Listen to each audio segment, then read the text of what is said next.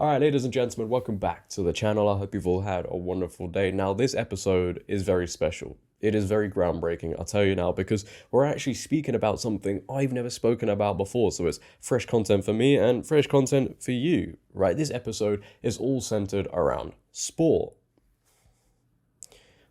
This time, it's all about marathons. Now, this marathon took place within the UK, London, so very close to home for me, and there is huge uproar right now. If the title and thumbnail of this video didn't already suggest, because we had a transgender athlete who decided to enter and compete in the female category, and they finished ahead of 14,000 other women. 14,000. Now, they didn't actually win the race, but they still took a place away from all the other women that finished behind him, right? It's like a domino effect. All the women that finished behind him effectively finished off in a worse place. Now, because of this uproar, this justified uproar, obviously, this transgender athlete is actually offering to hand back the medal they received. And in one of the interviews they gave, and I say one of them because we're going to be checking out another one later on in this video where they slowly start to change their tune, and you don't often see that, but in one of the interviews they gave, whilst they're handing back or want to hand back the medal, they also said, "I did nothing wrong."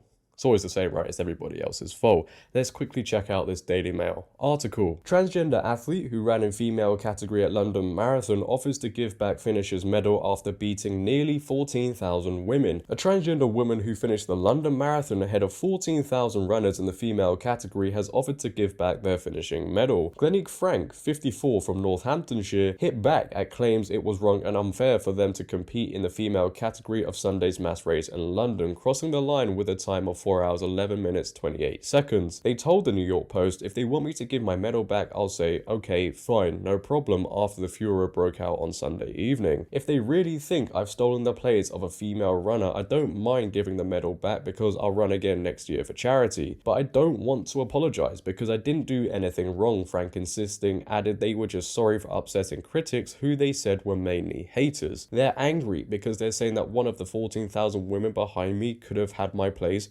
Really? I did the race in 4 hours 11 minutes. There's lots of women that beat me. I get it. I'm not a woman. I don't have a womb. See, to me, I don't know about you, that just doesn't make much sense to me because they've come out and said, hey, look, I know I'm not a woman. I don't have a womb. I get it. But they then still apply for the female category. Now, I know the London Marathon regulators also are to blame. They should have done a better job, but you just can't blame everybody else and all the people and all the women voicing their opinions. You can't just call them haters, right? Especially when you get interviewed on live TV and you end up saying this. I've got Glenique here. Not your first marathon, I believe.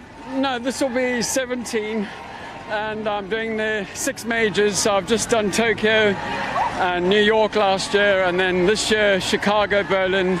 2024 will be the number 6, and then that's a week before London, so a week rest, but girl power. Flexing your biceps, by the way, showing your physical advantage on live TV, and then saying girl power has to be one of the, I don't know, most backward things, insulting things to women, but it just shows you where we are in society right now with all of this. Now, Glenique Frank was also interviewed by GBNews, which this is now the interview where they slowly start to change their tune, and they actually bring on a British Olympian to this debate. Now, it is very long, so I'm just going to edit it and put in the best bits, and I'm going to interject because there are a few things I also want to say. Let's take a look at this first clip. So tonight I'm asking, should trans athletes be banned from women's sports at all levels? So, Glenique, can you understand the criticism from Mara Yamauchi?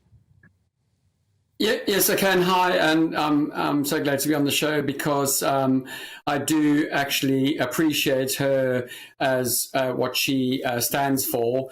And also, as I'm transitioning, as you rightly said, I agree that in the UK sports and world sports, there should be new maybe restrictions on trans athletes, male or female. And I agree, I would not enter an elite event even if I was trans because there's no category. So I do actually agree with her.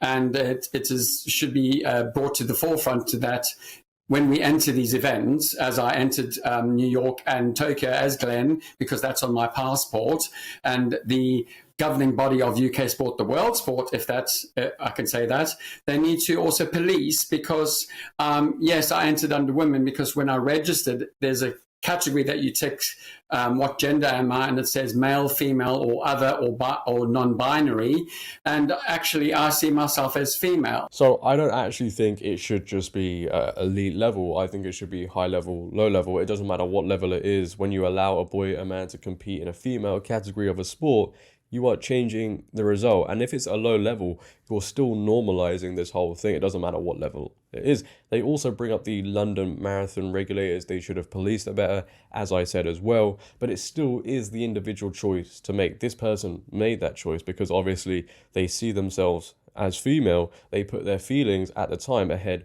of all the other women in the competition. It is just really that simple. I think we need to stop blaming everybody else and take accountability for our own actions. From your point of view, this is wrong at any level, right?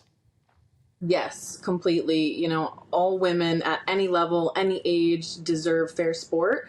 And, you know, the marathon rules state that at least up until March 31st, the rules stated that, you know, biological males must keep their testosterone levels under 5 nanomoles in order to compete in the women's category for 12 months. So, you know, by entering as female, you've technically provided false information.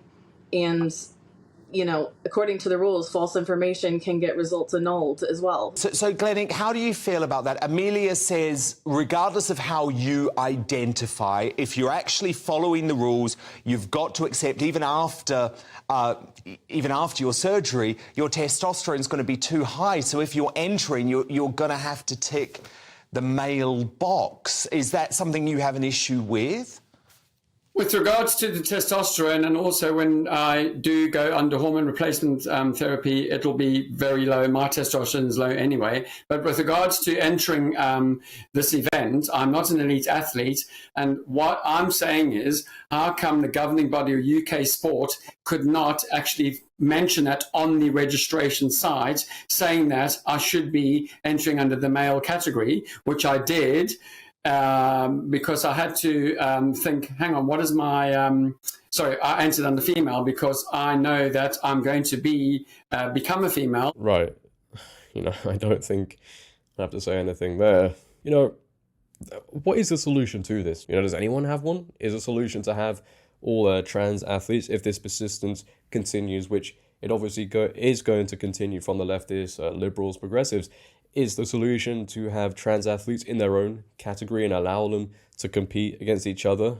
I mean, I don't know how full the stadiums will be, but is that the solution, or is that transphobic? Is that bigotry because we're not allowing them to compete in the side they think they should be in? We're not reaffirming their beliefs. I don't think anybody really has the solution. The solution some people want, right, the leftists, as I said, the liberals, is to just, well, remove the truth from the situation and just allow people just to do what they want. You know, having the truth in the situation hurts their feelings, and we simply can't do that. And that's what it all comes down to, right? All of these situations just comes down to people's feelings. I actually think I can include a Ben Shapiro clip right here. Facts don't care about your feelings. And it's just so true, right? We have left facts, we've gone away from the truth, and we just use people's feelings as the truth. The individual truth is the truth. But let's now wrap this up, and we get to the point where I didn't expect to see this, and I don't think anybody else really did either. They actually apologize and say, hey, look, guys, I'm actually just going to apply as a male next time. Take a look. But in the future, Glenique, you accept that you will have to enter as a male in the future. Indeed. And you know what? When I enter, and hopefully I will be able to, because I've done 17 consecutive London marathons, raised over 30,000 for UK charities. Amazing. And I love sport. I'm a personal trainer. I appreciate all athletes, and I just love it. I just watch it all the time. But I will now, when I enter London, it's going to say gender, male or female. I'm going to tick male, because I don't want to cause what I've caused. I feel so sad now, upset. I know. Well, look, I people. really appreciate you coming on tonight. It was an important thing to do. I think you've put your case well, and I'm sure Amelia appreciates it too. So thank you so much to trans marathon runner Glenique Glenique Frank, and British shot put champion Amelia Strickler, of course, a proud Team GB athlete. You know, is this what happens, right? Is this what happens? And many of you can leave your comments below if you agree with me or not, or disagree with me. Is this what happens when people just have a solid debate, right? You don't reaffirm somebody's beliefs, because if this was another setting and they were being interviewed by somebody else, they could have told them, it is so wrong, you're facing all of this uproar, and that would have reaffirmed the belief to them that no, they're actually in the right for doing what they did. But is this what happens when you get two sides, right? And one is telling the truth and the other one is trying to justify their feelings. But when you allow the truth to take the stage, this is what happens, right? You get a solid debate and people actually sit there and think, wait, you know what? I'm actually in the wrong here. I'm going to apply as a male because that's what I am. Now, obviously, 90% of the progressives won't agree with what this transgender athlete just said. Actually, I wouldn't be surprised if they labeled them as transphobic for going down this route, you know? Now, only if somebody like Leah Thomas could go down this route, right, we'd have a lot more change going on. Obviously, they won't. Only if people could sit down in these sort of debates, civilized debates. Only if. Right? But we know people don't want to do that, a certain side of the political spectrum, because if they sit down in these civilized debates, most of the time they get proven wrong, right? And to prove these people wrong actually hurts their feelings, you know, and we're simply not allowed to do that. However, that is the end of the episode, ladies and gentlemen. If you have enjoyed today's video, then please, for me, make sure to leave a like rating. If you're new, hit that big red subscribe button and turn on bell notifications so you never miss a video. But until next time, it has been your boy JD. Have a great day. Stay safe. I'm out. Peace.